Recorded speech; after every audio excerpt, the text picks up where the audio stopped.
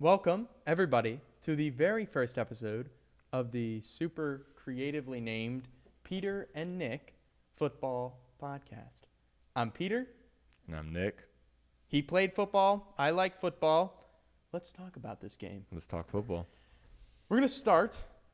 Actually, this is premature. Nick, I feel we would be remiss if we didn't acknowledge the tragic elephant in the room. We lost a legend of the community this past week. Sports, specifically football community. A streaming icon. Stream East. I'll have to bleep that in post, or maybe not anymore. I guess not. Probably not. The secret is out. Stream East was like a friend. More than a friend. A lover even. I don't know about that. There when we needed him most. For sure. When the game's blacked out, you always had Stream East. Always had Stream East. Some buffers, sure, but might have to refresh the page a couple of times, but that ROI. It was there. So let's just pour one out.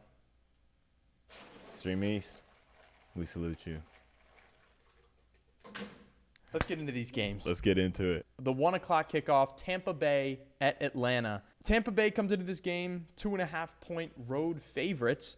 The fourth start of Michael Penix's career.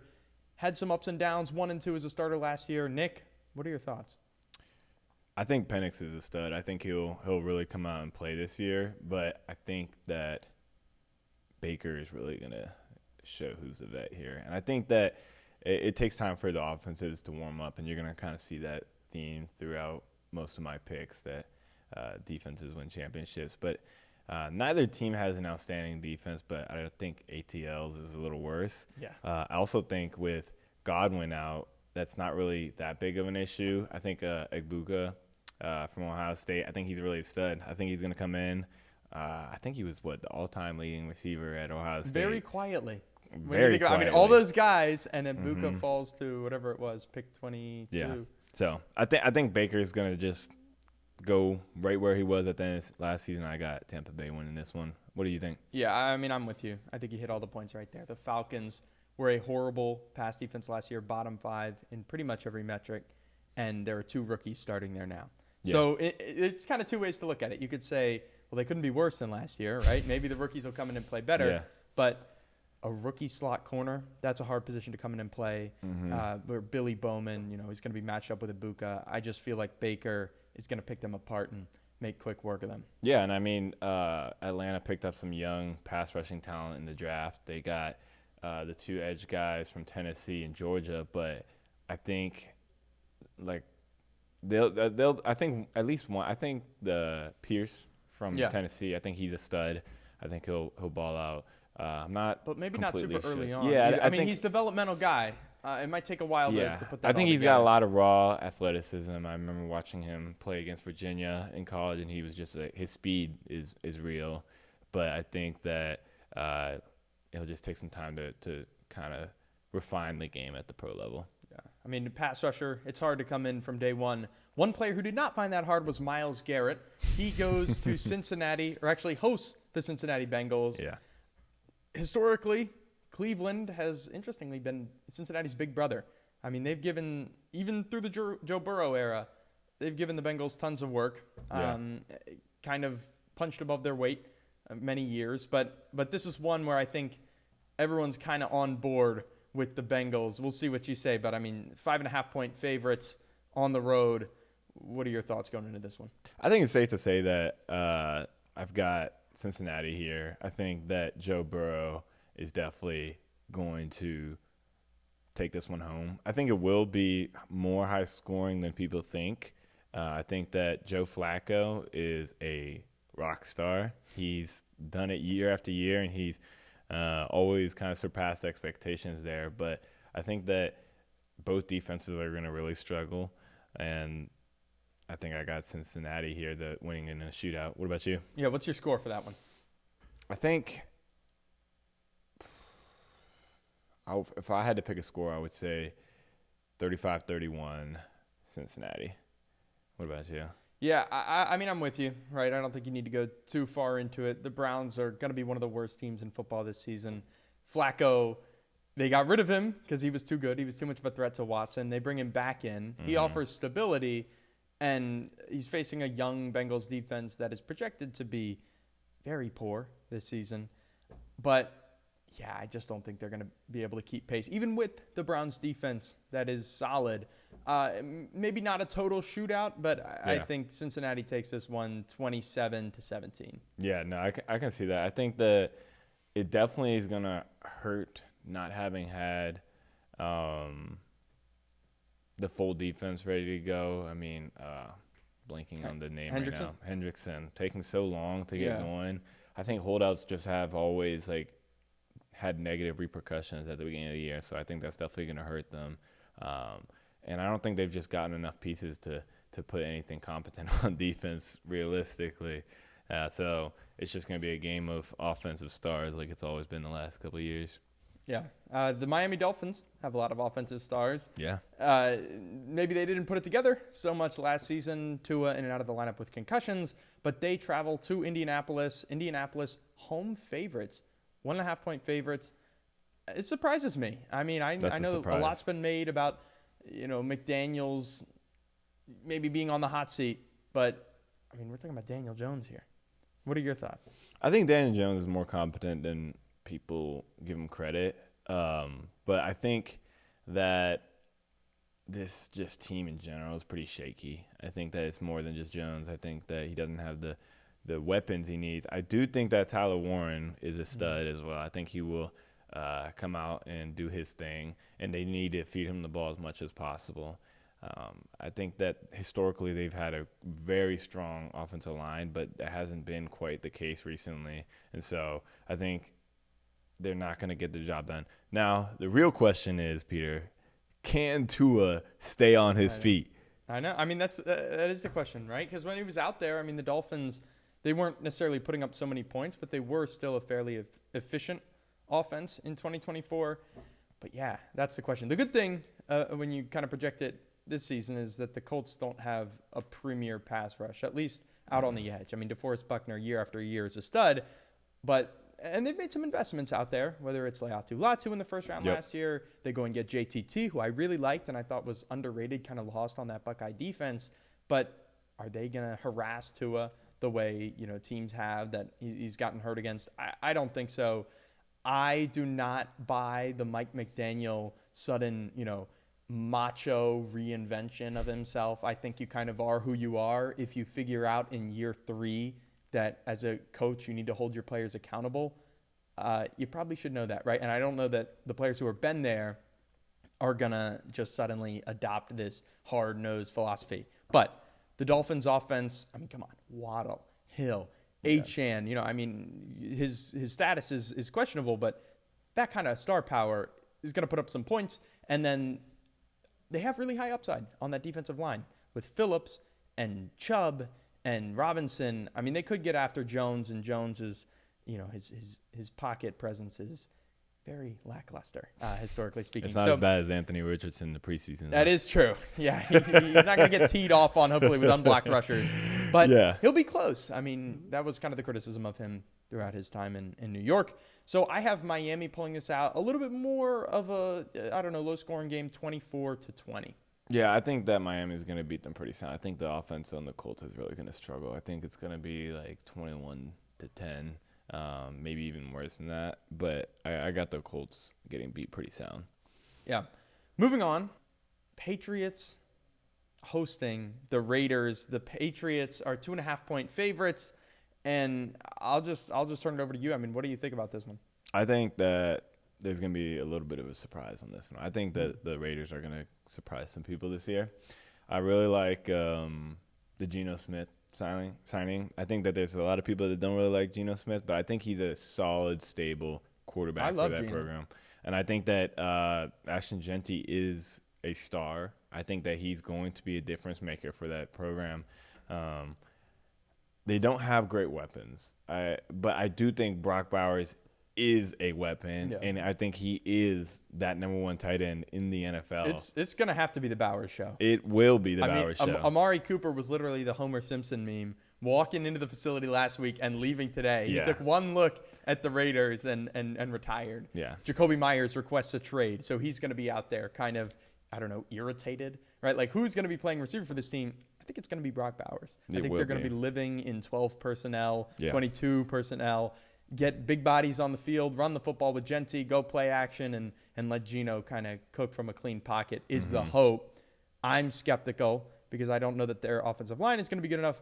But I see this one as kind of a low-scoring slog. I think New England pulls it out at home 17-16 in some sicko football. But where do you fall on this one as a result? I think for me, I think it will be also low-scoring. I see it as it might even be lower than that. It might be 13-10, and Raiders win by a field goal. I think that Genty will get a lot of yards, but they won't be able to punch it into the end zone.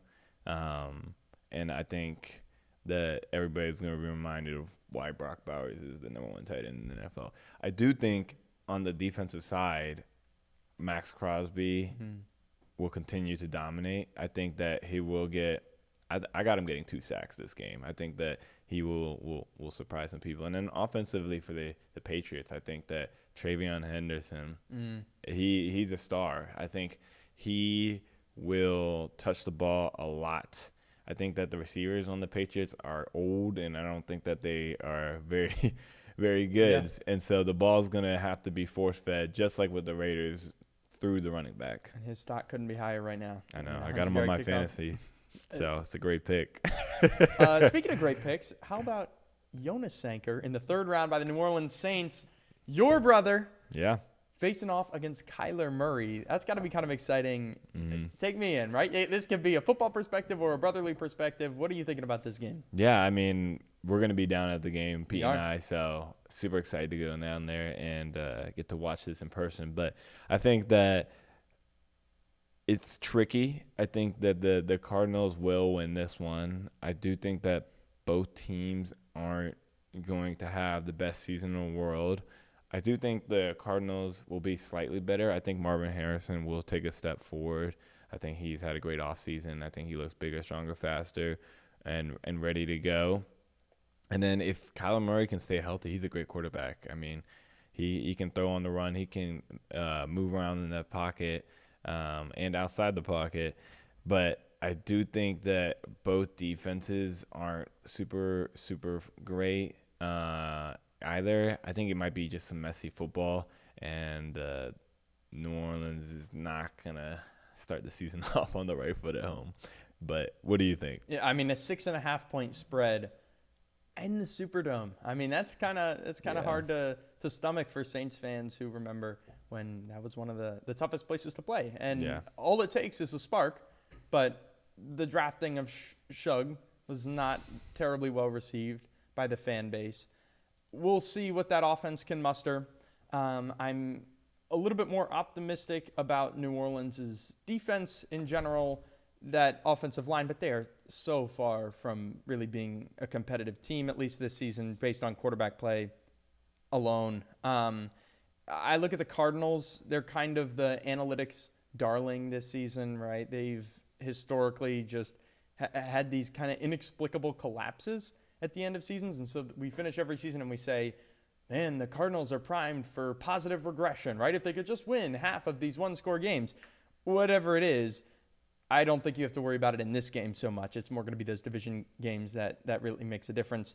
I want to see Walter Nolan. I'm frustrated that he's out, but they won't need him in this one. Cardinals take this one 30-10.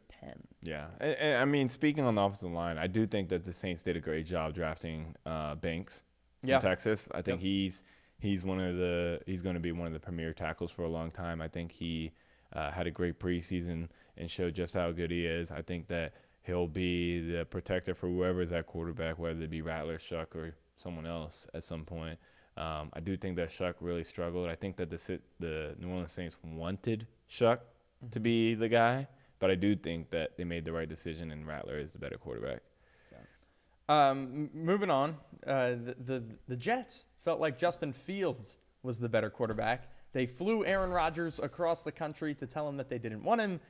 Aaron Rodgers, not known to be a very, we'll say he's spiteful. He's a spiteful guy. I think that Rodgers is definitely going to win this one. I think that the Jets really made a mistake right there. I think that Rodgers didn't play out the way that we all wanted in that dream scenario in New Jersey. I think that just watching some of the videos from Hard Knocks recently with the Jets and just how they adored Rodgers, it's a shame that it didn't work out the way that everybody thought it would. But I think this is just getting worse with Justin Fields. Yeah. I mean, it's bad when you're going through your fantasy draft and Garrett Wilson's on the board, but you don't want him because you don't want to have Justin Fields throwing a lot the of ball. rushing attempts. A lot of rushing attempts. And that's not a good thing when you lose your very good offensive guard, Elijah Vera Tucker, for the entire season with a torn tricep. Yeah, that's tough. I mean, that's rough. And it's hard to project the Jets to do more than that. I think it's kind of the sweet spot for Rodgers, right? He gets to have that chip on his shoulder, and he gets to go against a team that is inferior, right? Yeah. So he gets all the credit in the world for beating a bad team. He'll go and he'll do his victory laps on the Pat McAfee show. And then when December rolls around, he will shrink, as he always does. I think one of the big differences here, though, is that Pittsburgh, I think, has probably the best defense in the NFL this year. That's a hot take. I think that their defense is phenomenal, and I think that will keep them in games, and I think that will win them games. Yeah. I mean, we've seen that year over year. And I think that's going to be the same case this year. I think that they brought in some great pieces. They brought in Ramsey. Yeah. They brought in, I think, what was it? Slay. Yeah, they brought in some great pieces on defense, and that's going to show up. And I think the Jets aren't going to score more than one touchdown in this first week. I got the Steelers beating them pretty sound, 24-7. Yeah, I have 24-17. So I think New York will muster a little more offense, but at the end of the day, I think it's not going to feel terribly close. I think Rodgers will have him in a chokehold. For sure. Your team. My guys. Your Commanders. My Commanders. Hosting the New York Giants. Talk to me here, Nick. Are you going to be a homer? Yes. I don't think it's going to be even close. I think that Washington is going to be one of the best programs, one of the best teams in the NFL this year, and I think they're going to showcase that from the jump.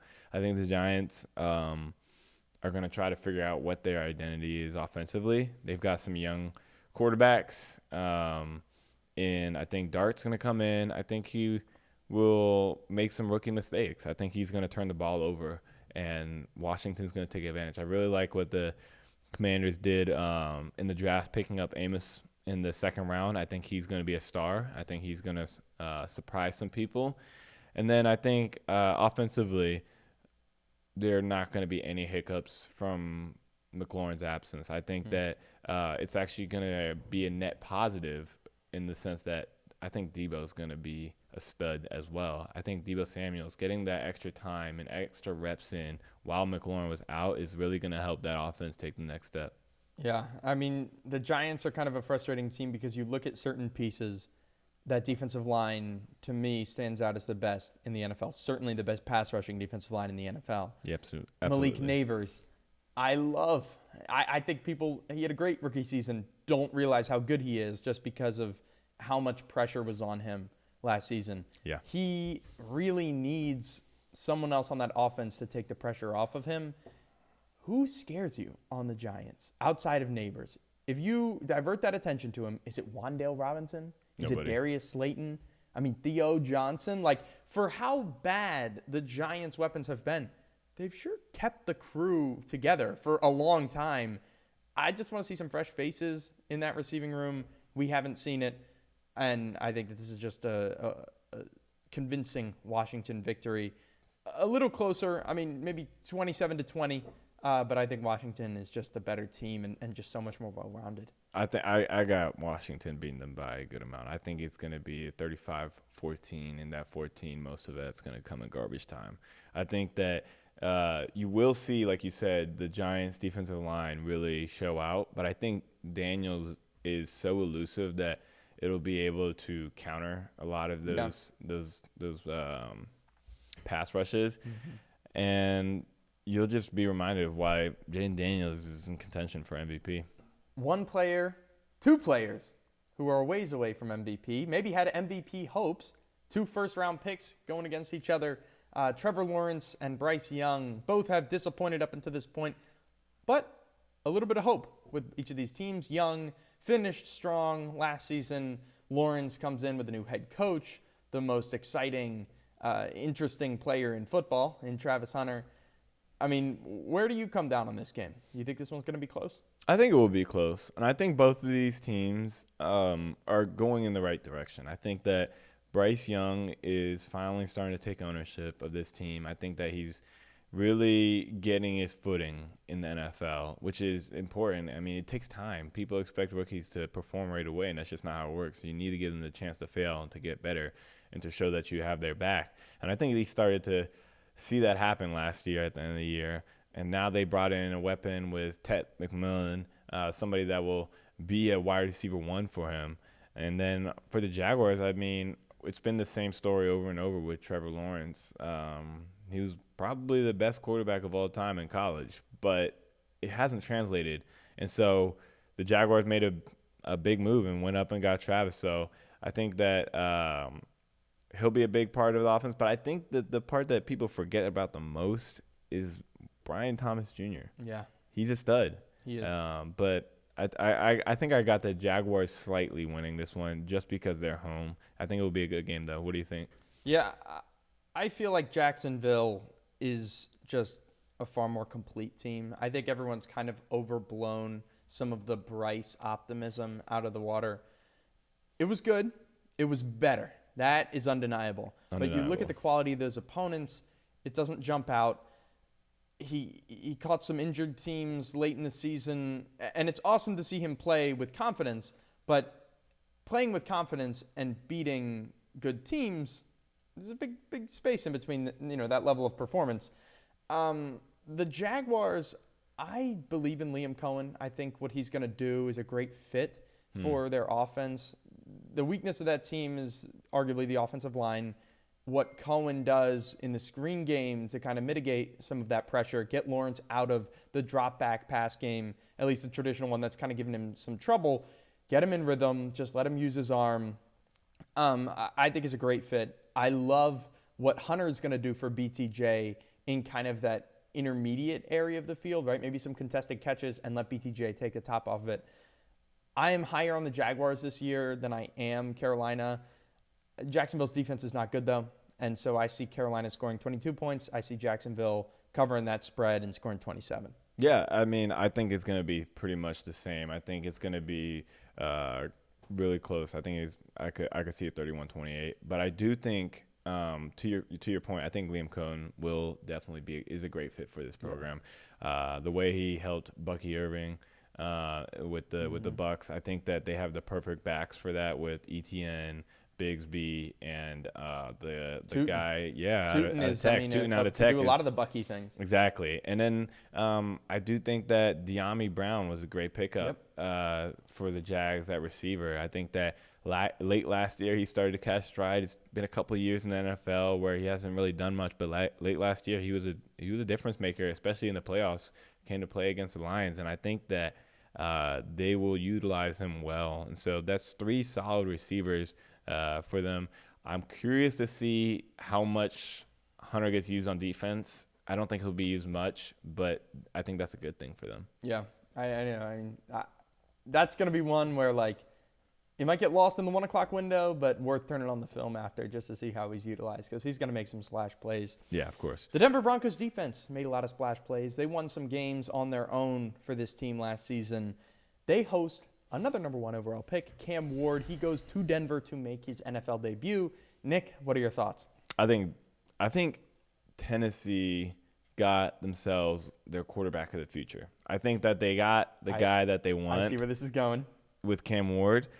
I think he's a stud. I think he will be a difference maker for his team, and he'll help them take steps forward. Now, that being said, I think they've got a lot of work to do. Yeah. I think Calvin Ridley is a star receiver. I think he's one of the most, if not the most underrated receiver in the NFL. His routes are phenomenal. His hands are phenomenal. And if you can keep him away from the betting sites, he's a star for your team.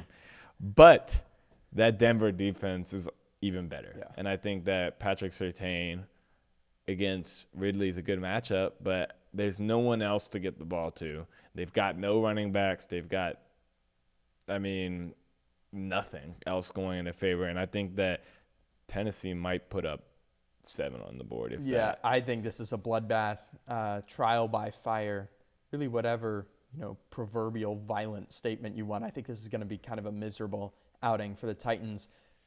Again, I'm with you. Ward, he's that guy. Ridley, going to be going to catch 150 balls this year. He might. He's going to have to. Elik Ayamanor, loved him at Stanford, loved him coming out, but is he ready to shoulder the load? He's going to be a starting receiver, and that Broncos defense is arguably the best in the league. I know you said the Steelers, but you look at that secondary, it's pretty unbelievable. Ward is a guy who takes some chances, right? He's kind of a risk-prone quarterback.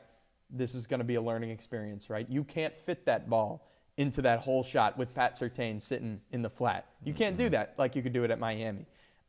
He can make every throw, but he's going to have some that he wishes he had back in this one. So moving on to San Francisco at Seattle, the start of our 4 o'clock window. This one kicking off at 4:05 Eastern. San Francisco, 2.5-point road favorites in Seattle. Nick, what do you think about this one? Yeah, I think this one was probably the hardest game for me to pick. I think that it's really hard to read how San Francisco is going to play. I think that they have arguably the best offensive coordinator in the game in Shanahan. I think that he's going to be one of the best all time when you come down to it. Just need that ball. But they have no receivers. Yeah. They have almost literally no receivers. And or no ones that's proven themselves. And Kittle's getting older. I don't think he's the same tight end he used to be. Now, they do have some great running backs. They picked up Brian Robinson to back up McCaffrey, which I think was a great move. If you want someone who can take a couple carries off of him a game, who's a bruiser. But they got a tough team. These guys are literally taking shots. That receiver and that running back. So I think that it'll be gritty, but they have a little more grit. Yeah. And I don't think Seattle – I'm just not sold on the Darnold vision. Mm-hmm. I think that in Minnesota, he was good, but I think that his offensive coordinator was even better, and that's what made him look so good. And he had great receivers around him, and I don't think he has the same pieces. He lost Metcalf. He has Njigba, but I don't think he can do it. And I think Cooper Kupp is getting old. And so while guys like him are great route runners, consistent hands, and are gritty, I just don't think that's going to get the job done. Yeah, I'm with you. I love the your subtle wordplay there. But I know this one, I was going back and forth. I've actually flip-flopped on this one a couple times because I really view them as like the same level team. Mm-hmm. And that's not because I see Seattle as having like ascended to the upper echelon. It's more about San Francisco coming back down to earth. Like you mentioned, there are flaws on this roster that we just haven't seen in years past, at least going into the year. They're always banged up. But, yeah. Juwan Jennings is like a premier 3 at receiver. That's when he's at his best. And he can be a difference maker. But wide receiver 1? Yeah. Ricky Pearsall, maybe wide receiver 1? I thought he was overdrafted. I think he's another guy who's just like a complimentary slot. And I'm looking at this team, and I'm thinking about Seattle, and I really could go either way. What I ultimately came down to is thinking about Sam Darnold, the range of outcomes that I've seen from him, whether it be New York or even Carolina, and then, of course, Minnesota, has been possibly as wide as any quarterback in the league. He's gone from incompetent to looking proficient. And who do we attribute that to? What I really think it comes down to, when you look at his career, I think it's most likely that his time in Minnesota is going to be the outlier. That's what it's been. That level of quarterback play for Sam Darnold has been the outlier compared to the rest of his career. Yeah, and I totally agree. I think that like I said before, I think he had a great offensive coordinator. He had great pieces around him. And he did what he needed, but I don't think that he can make a team great. I think the team makes him look great. And as much as I want to say that, Cooper Kupp lined up against a rookie in Upton Stout is like going to be the difference. I just think Brock Purdy, say what you will about him, I've never seen those low lows. I know how the 49ers bounce back after down seasons. And so I have them pulling it out 23-20. But this one is going to have long-term implications for this division. But that's how I see it. What was your final score? I think I had San Francisco 17-14. I think that both offenses aren't great. I don't think either defense is that great either. I think they're both slightly below average teams. If you could combine them and give, San Francisco's front seven with Seattle's back, four, you're in business. Yeah. But it's just it's one's getting torched in the run game, one's getting torched in the passing game, and one has no receivers. So I mean, it's gonna be interesting. But what I'm really curious to see is Detroit Green Bay. Yes. At 425, I think this might be arguably. I mean, it's hard to top Baltimore and Buffalo, but this is going to be up there. This is where it gets real. This is where it gets real. I mean, I'm going to be having one eye on Detroit, Green Bay, and the other on Houston, LA, which we're going to get to. Yeah. But Detroit, Green Bay, a divisional matchup in Lambeau Field. Two teams that, I mean, have been very much in the public eye, right, this offseason. Yeah. I'll let you start, but we could have a whole episode devoted to this game. Yeah. I think that Detroit is a phenomenal football team. I think that they are going to consistently be really good. My biggest question is they've lost a lot of coaches. That brain drain is real. It is. I mean, they lost their offensive coordinator to Chicago and their defensive coordinator to New York. And I think that will have repercussions. But I do think they have more talent. And I think that will carry them in this one. I think that Green Bay, they picked up Micah Parsons, but I think he's a great talent. But I do think he has some injury issues right now, and I think that might potentially slow him down from that explosive start. He's arguably the best defensive player or pass rusher since Reggie White for this team, and that is without a question. But is he going to be performing at that level from the jump without having played any preseason? That's debatable. Yeah, I hear what you're saying. I think you're spot on about the brain drain. I'm a little bit more scared, I take it, than you are about that. Because as I see it, it's not just those coordinators. Yeah, it's also Tanner Engstring, who's now the offensive coordinator for the Jets, who was their passing game coordinator. So you're talking about on offense, you're like 3 deep at this point as far as, coordinating, right? I mean, you're really going down that line. I think from a leadership standpoint and an offensive scheme standpoint, I mean, there's a lot of things that have to be figured out in kind of a short amount of time for them.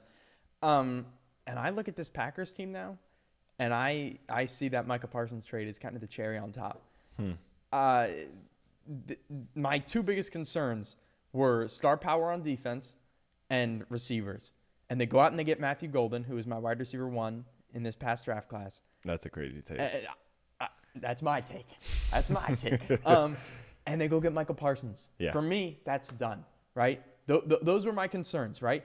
Jordan Love, his rookie or his 2023 season where he really picked it up down the stretch, right? And then last season he picked it up a little bit more down the stretch, I think was due to the injury at the start of the season. I think, though, the Packers are just as slow to go. I think, like you said, in both cases, down the stretch. I think the Packers have a good team. But if he doesn't get hurt, I mean, they had Philadelphia on the ropes in week 1 last year. And if he doesn't get hurt, who knows? Who's hurt this year? Micah.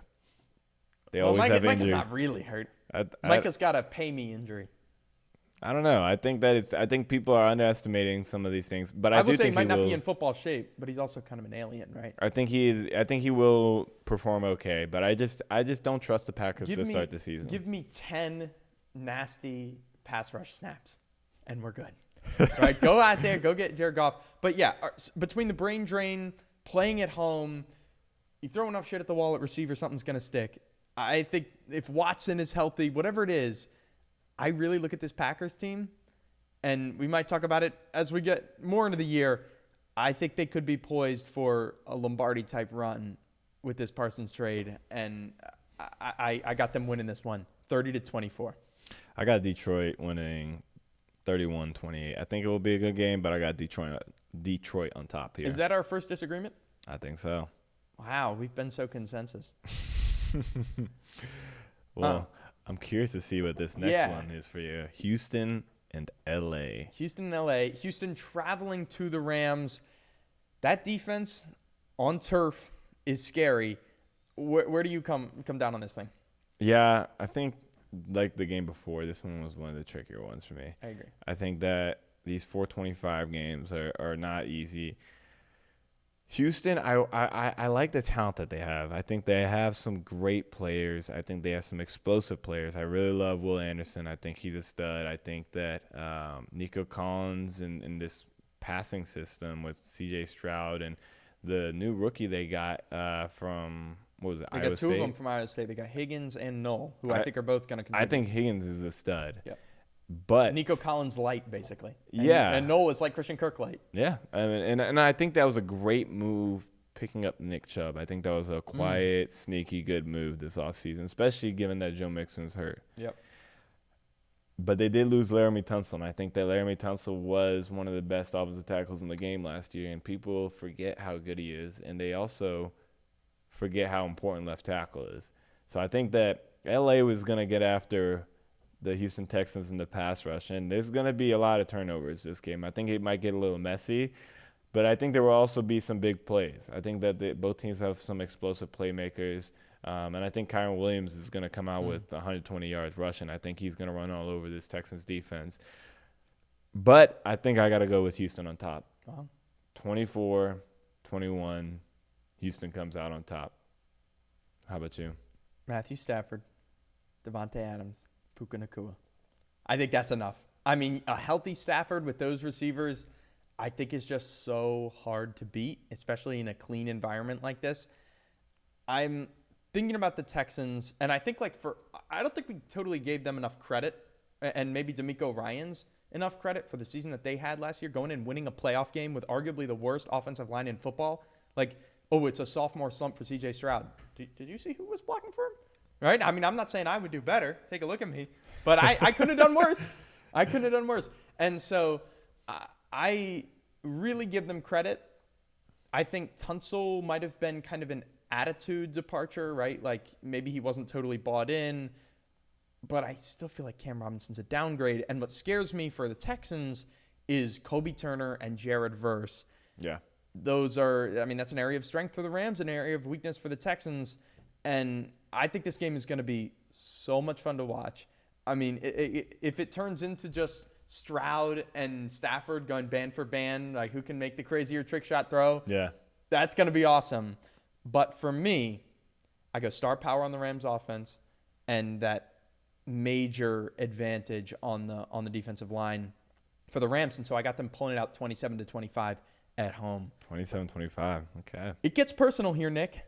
Buffalo hosting the Ravens. I'm a Ravens fan. For those who don't know, I do my best to kind of keep it quiet. You know, I try to be objective.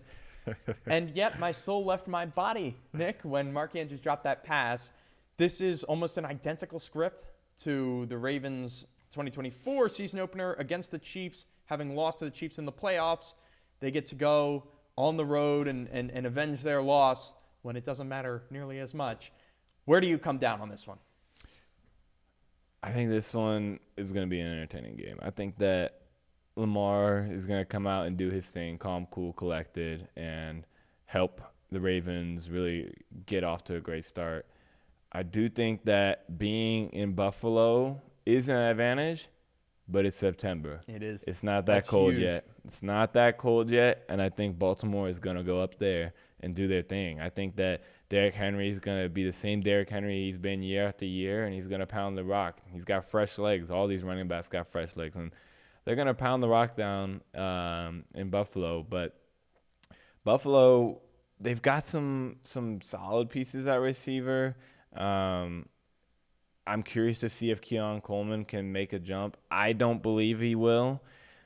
And I think Josh he's had a great offseason, but not for football. Has he? I think he's had a great offseason. In some ways, yes. In some ways, no. Yeah. I mean, he's had a great offseason in some ways, yes. And lows. And I heard he watched a certain movie and started crying, and I heard it was because any self-respecting man would, I think. He said he was proud, but I think he was. I don't even want to touch on it, but Jordan did. Yeah, I just think that Baltimore is going to go in and come in and do what they need to do. I'm really excited about Baltimore's young rookies. I think Malachi Starks is a great safety, and I'm glad that they were able to lock up Kyle Hamilton for an extension. I think they overpaid him, but I think such thing. Impossible. You can't overpay that guy. When you jump the safety market by $4 million from 21 to 25, he's a nickel corner. He's a linebacker. He's a center fielder. He's separate overpaid. Discussion. And but I think that it's good to have him around, and I think that they picked up a stud. I think they picked up the best pass rusher in the draft in Mike Green. People were worried about him being able to handle a run. I think that won't be a problem. And I think he's the best pass rusher. His twitch in his hands are phenomenal, and he can bend like no other. And, I mean, I think I can say right now, I think he's going to be the defensive rookie of the year. I don't know if there's a moment or a nugget from your football career that you can draw on for this moment, but I'm thinking about a Ravens team that went to Orchard Park, and they lost that game. And you're in that locker room, and you know what that feels like. And when you drive back up this time, right, the last place that you played meaningful football, and it's the same place and it's the same fans, I hope that gets a rise out of you. I hope that means something to you. I feel like September, you don't have the Buffalo advantage. The Ravens on paper are maybe, shooting match between the Eagles, the best roster in the league. There's a little bias right there. Oh, I'm just saying. Pretty dang good. The best safety tandem, hopefully, between Starks and Hamilton. I do think that is a great safety tandem. The best secondary in the league, matched up against a Bills secondary or a Bills receiving core that, like you said, is kind of lackluster. Mike Green, play that Micah Parsons role maybe, right? Spy Josh Allen, close in a hurry when he gets outside of the pocket. I just think from a football standpoint, it's close. From a human psyche standpoint, the Baltimore Ravens better win this game. So I got them taking it home 28-27. Fantastic start to the primetime season. Yeah, I think I got the Baltimore too, and I think they might even win by a little more. I got them winning 21-35. I think Baltimore is going to go in. They're going to run the rock. They're going to pound the rock, and I mean, they just have fresh backs, and I think that makes a difference. If Keaton Mitchell is healthy again, I think Derrick Henry is just going to do his thing. Sure. I think he's a problem, and Lamar also is fresh. So they're both going to come out. They're going to produce, and there's nothing that the defense can do about it. Yeah. Well, Minnesota is going to hope to do something against this Bears offense on Monday Night Football. We are done with the Sunday slate. This is our fourth primetime game of this weekend because the NFL has America in a chokehold Thursday, Friday, Sunday, and Monday. My gosh, have they just expanded this thing. Minnesota traveling to Chicago. I don't know that there are a whole lot of teams with more pressure on them than the Bears this season. Former number one overall pick. You've made tons of investments in personnel. You bring in the kid genius offensive coordinator to coach this team. Talk to me, Nick. What are you thinking as far as Monday Night Football? Bears, Vikings. I think the Vikings are going to go in and win pretty handily. I think that I think that Ben Johnson, I don't know if you've seen the meme about how stressed he's been looking. I think he's going to look stressed on Monday night. And I think that Minnesota is going to run right over them. I think that Kevin O'Connell has a great offensive system, and he's got the same squad coming back for the most part. The one question I have is J.J. McCarthy any good? He didn't throw the ball. I know. Well, that's a pretty big question. But we had the same question about Sam Darnold, and I think the coordinator is going to make him look good. I don't think J.J. is that good himself, but I think O'Connell's going to make him look good. And in a couple of years, Minnesota is going to have to decide if they want to pay him like Brock Purdy got paid by the 49ers. They're going to have to pay a quarterback that's not really that good a lot of money. But I think Brock's better than him. But to rewind and go back to kind of what we were talking about, I think that Chicago is still trying to figure itself out. I think Caleb Williams has a ton of talent. I think that Ben Johnson is super talented coordinator, but I just think that it just takes time for it all to come together. Maybe they'll be better later in the season, but the season to start, it's going to be a little rough. The image that I can't get out of my head is J.J. McCarthy on the sideline of whatever game it was, looking like an emaciated Victorian child, right? Looking unhealthy, sickly even. And I'm thinking about that kid who hasn't played football and is going to be in Chicago for his first start against a good defense, who now gets a former defensive head coach and a coordinator in Dennis Allen. Bears coaching staff, Caleb Williams. If you guys lose this game, you are in deep, deep trouble. I would not want to listen to Chicago talk radio that next day.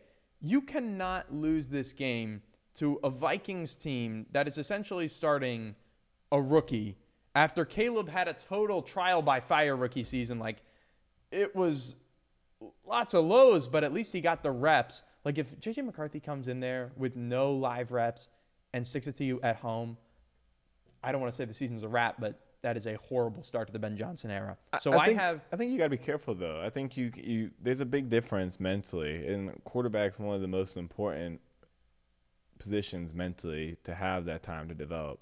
And that year, while he wasn't playing reps, he was getting mental reps. And I think that you can't discount that. I mean, Mahomes sat behind Alex Smith for a full year, and he didn't get a single snap. And I think that takes time, and it will make a difference. So I don't think you can look at it as a true rookie season. I hear you. Mahomes wasn't out due to injury. I just think there's so much new, right? You got a new knee. You got a new league. Like, if this newbie comes in there and sticks it to the Bears, then that's a horrible start. But I have Chicago winning 24-17. I think it's going to feel fairly out of control or fairly in control for the Bears for most of the game. I think McCarthy's going to struggle a little bit, as he should. I don't think it's indicative of what his future career will be, but I think it's going to be a little bit of a slow start for him. Maybe some garbage time touchdowns to keep it close. Yeah, I think it's going to be 21-17. I got Minnesota taking this one. Wow. I think Minnesota, I think they're consistent. I think that they show up, and I think there will be a lot of turnovers, though. I think both quarterbacks will struggle a little bit. Great. Well, there it is, Nick. There is our first week of previews, week 1 of the 2025 NFL season. We're going to be back sometime next week to recap the weekend of games, and then preview week 2, right? As the machine keeps on rolling.